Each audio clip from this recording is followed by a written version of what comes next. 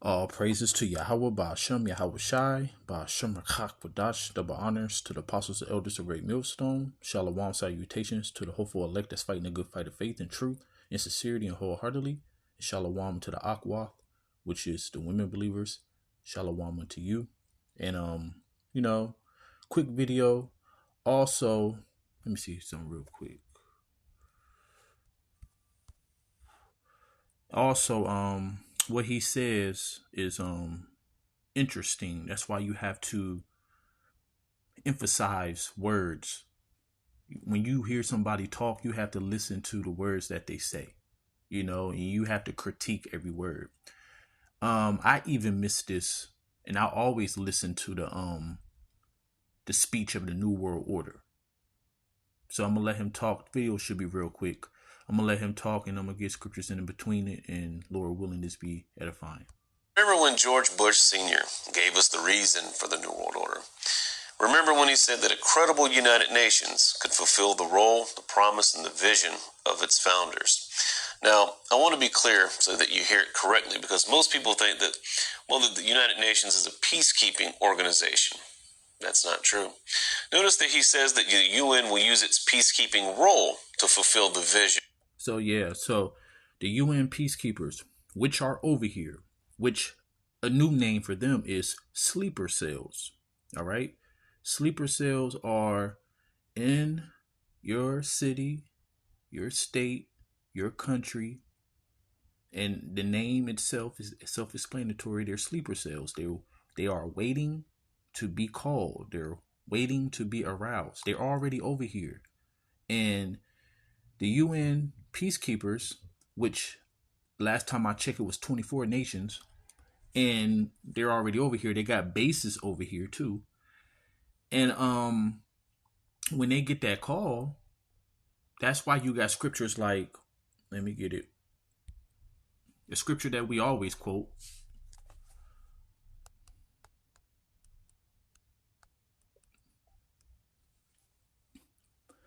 It said, therefore, rejoice ye heavens and ye that dwell in them. Woe unto the inhabitants of the earth and of the sea, for the devil is come down unto you having great wrath, because he know he had but a short time. So when the sleeper cells, aka UN peacekeepers, get that call, guess what's going to happen? That's where another famous scripture. You see, you got to understand what we are standing ahead of. But the Lord said this at the end of the scripture: alas, for that day is great, so that is none like it, is even the time of Jacob's trouble, but he should be saved out of it. That's the elect. See, our only hope to make it out of this is Yahweh Ba'ashem Yahweh Shai.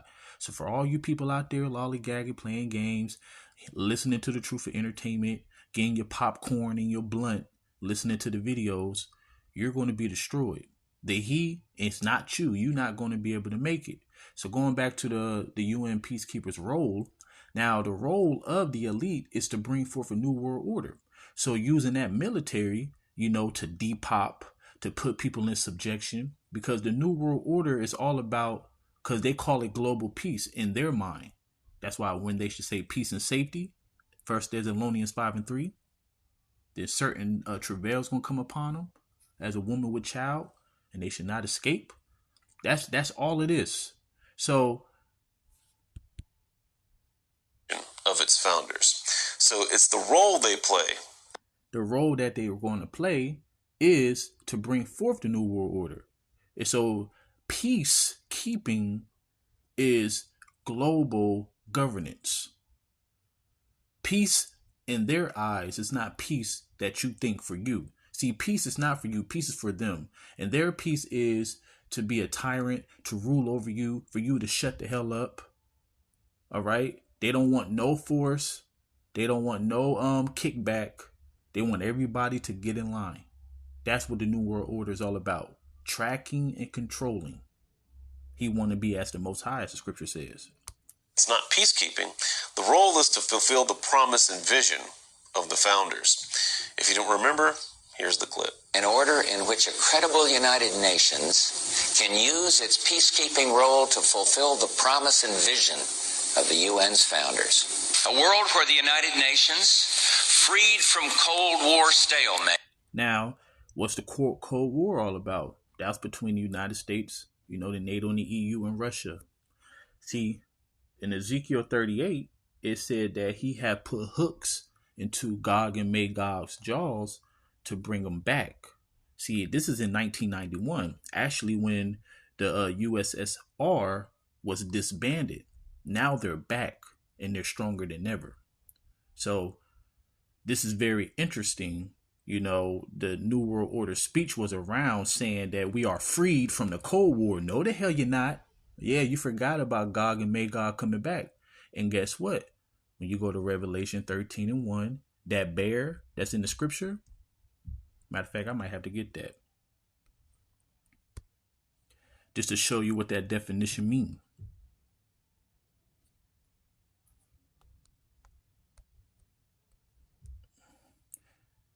So actually, it's my Revelation 13:2. And I saw the beast, which was like unto a leopard, that's representing the Greeks. Also Alexander the Greek. They call him the Great. That's why they say that civilization started with the Greeks. This was the first, ruling empire of the Edomites. And it said, and his feet was as the feet of a bear. So we're going to get that. Which feet represents the end. Where's the bear at? So when you get the root word, Strong's G 714, archeo. So it says to be possessed with unfailing strength because the Lord is with them. Remember in Ezekiel 38, I think I want to say 38:18, it said I should be sanctified in Gog and Magog in the sight of the heathen, because the Lord is using Russia to bring forth the destruction of Babylon the Great. Gog and Magog and his allies will destroy America. And it said to be strong, to suffice, to be enough, to defend, to ward off. So everything that you think that you're going to accomplish is not going to happen. All right. And Russia is going to be the number one focal point to make sure that happens. You're not going to, matter of fact, we're going to end it on that scripture. Is poised to fulfill the historic vision of its founders when we are successful, and we will be. No, you won't. And I'm going to get the scripture to back it up.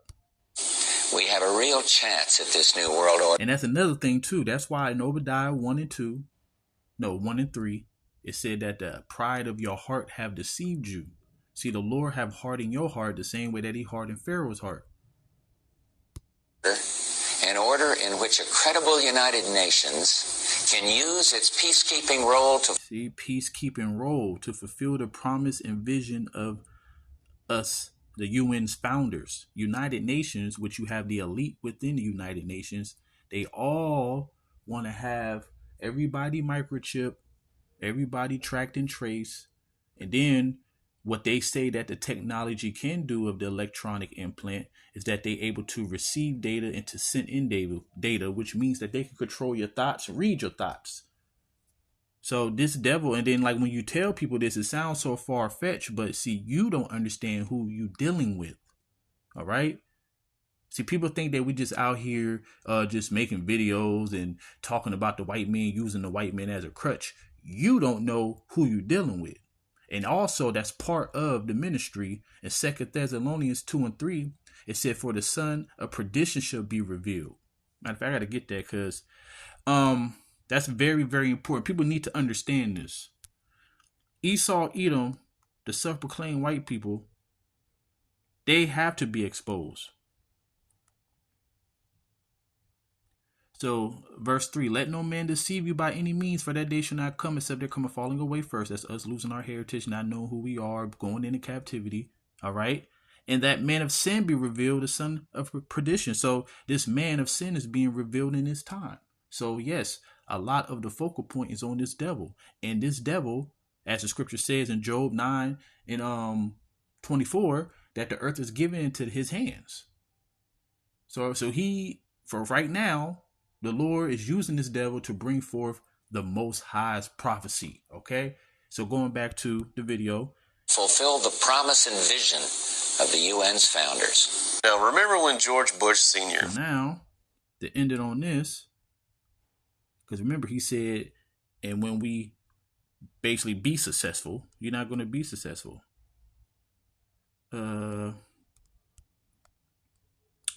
Let me see.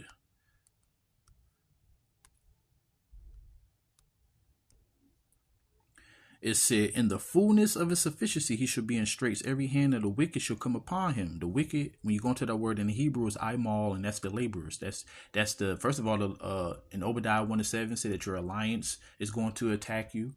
In Revelation 17 say that your alliances is going to attack you. Then you also got to worry about Russia and their allies. So all that, everybody on the earth, all right? Because everybody eat your bread. You are the head of this world. Everybody come under your dollar system, the petrodollar. But everybody is going to turn on you because the Lord said that he's going to turn the king's heart whatever way that he want to turn it. And then in Revelation 17:16, it said that he put in their heart fulfill his will. So in the fullness of your sufficiency, all right, I forgot what the Hebrew word for that.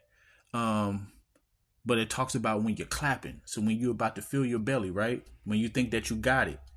It's like you got that last piece of sandwich and somebody smack it out your hand.